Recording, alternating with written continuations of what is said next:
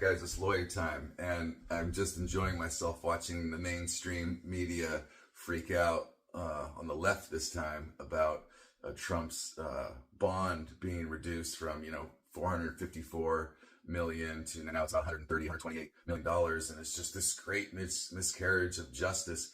Guys, we should be happy about this for a couple reasons.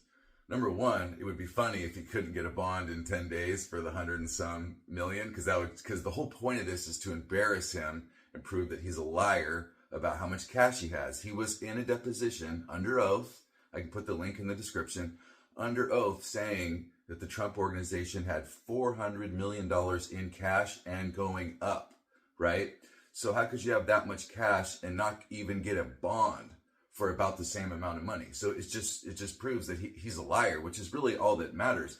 Taking his fortune and all that does is get the base hyped up about, look what's happening, they're taking all the stuff, he doesn't deserve this. Let's just get this appeal done with. He'll post the thing, he'll get appealed. Most of that will be upheld. Maybe the amount will change, but the fraud and stuff, go read the opinion. I put that in the link in another video.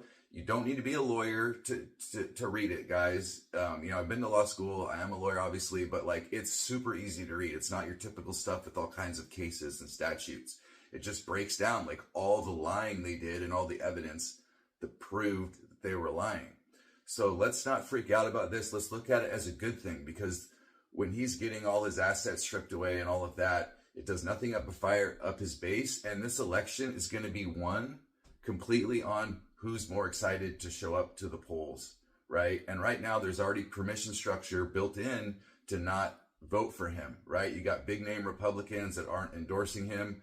Probably a lot of people will go with Kennedy because despite his name, he's a pretty conservative guy and supports a lot of the things that you normally associate with the the right side of the political spectrum. So stop panicking, stop crying. Everything's fine. The important thing is that a correct legal decision is reached and affirmed about his just naked, egregious fraud. And for those of you still watching, because I'm sure this is not easy to hear if you're MAGA, which is that, it doesn't matter that he lied on these statements, financial conditions, because they have disclaimers. Again, read the opinion. All those arguments are completely destroyed. And this is how you think about it. It's not, oh, the banks got paid, who cares? It's not about the banks. It's about him cheating, right? Imagine that you are applying for a loan at the same time as Donald Trump is, right? And you're also in the real estate business and you're competing with him. And because he exaggerated in a way that the banks could not know on his statement of financial conditions, and you're the honest person that didn't, remember, the banks only have a certain amount of money to loan. So they're going to go with who they think is the best risk, right? So they're going to look at Trump's SFCs and go, oh man, he's got all these assets and money and everything. And then you're being honest, you're not fluffing up your numbers. You're considered a higher risk. So even if you guys both got the loan, you're going to be paying a higher interest rate. Therefore, your cost of capital is higher. And it's more expensive for you to compete with Donald Trump. So he has an unfair advantage through lying. And I don't know about you, but I want to play in a level playing field. I understand real estate people kind of fluff their numbers. Again, go read that decision. He was fluffing up the value of some properties by 10 times what they were worth. He was claiming he had cash investments. And these would be hard for the banks to find out because they were investments in companies that the banks really couldn't know that he was not entitled to sell those shares. You know how if you had shares in Microsoft, you could just sell it, get your cash instantly? That's not how closely held corporations work. So Donald says, oh, I got 30% investment in here. It's the same as cash. It's not. That one company, for example, he was not allowed to sell that and convert it to cash. And the Mar-a-Lago, you see Sean Hannity crying, crocodile tears about how it's worth, $1 billion. You keep seeing all these people say it's worth hundreds of millions. Well, I'm going to listen to Donald Trump's own tax agent who said that the property was worth about $50 million, let's say, right? Nowhere near the 700 plus million that Donald and his team said it was worth. And I know if you're listening to this, well, that's ridiculous. It's this property on the beach in South Florida.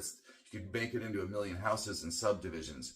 You can't do that. And the reason for that is Donald Trump himself signed a conservation easement, which meant that that thing had to stay a country club for 99 years. It cannot be sold for 99 years to anyone. It can't even be sold as like one person's property to build one house. It has to stay a country club.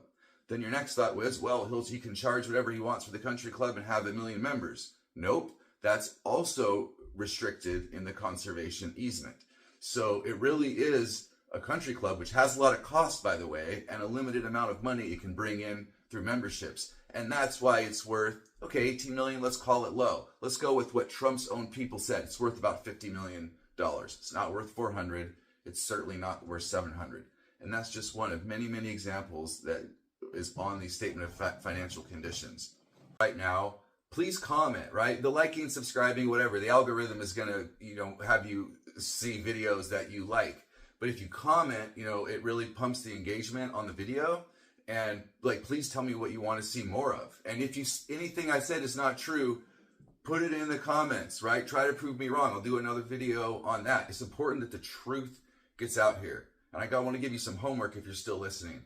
I want you to find at least one person that's on the opposite end of the political spectrum as you. So if you're MAGA, I want you to find some wokester. If you wokester, MAGA, lib, conservative, whatever. And you are assigned to that person to dialogue openly, okay? I'm going to make some more rules for this, and we'll develop this, because it's not about who's winning and losing right now. It's about the country going like this, right?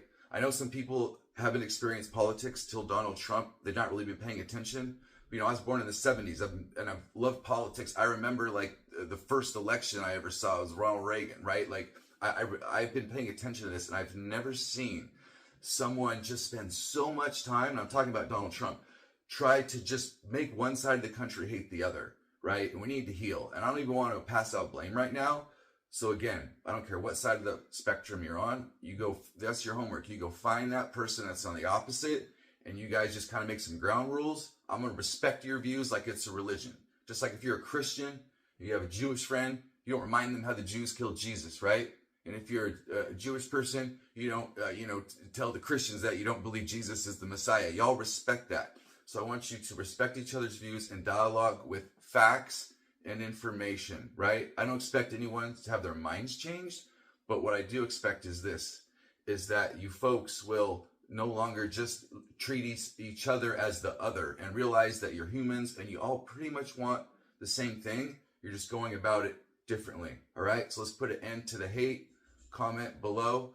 And if you have a friend that's on the other end of the spectrum, I want to hear about how those conversations are going. Thank you, guys.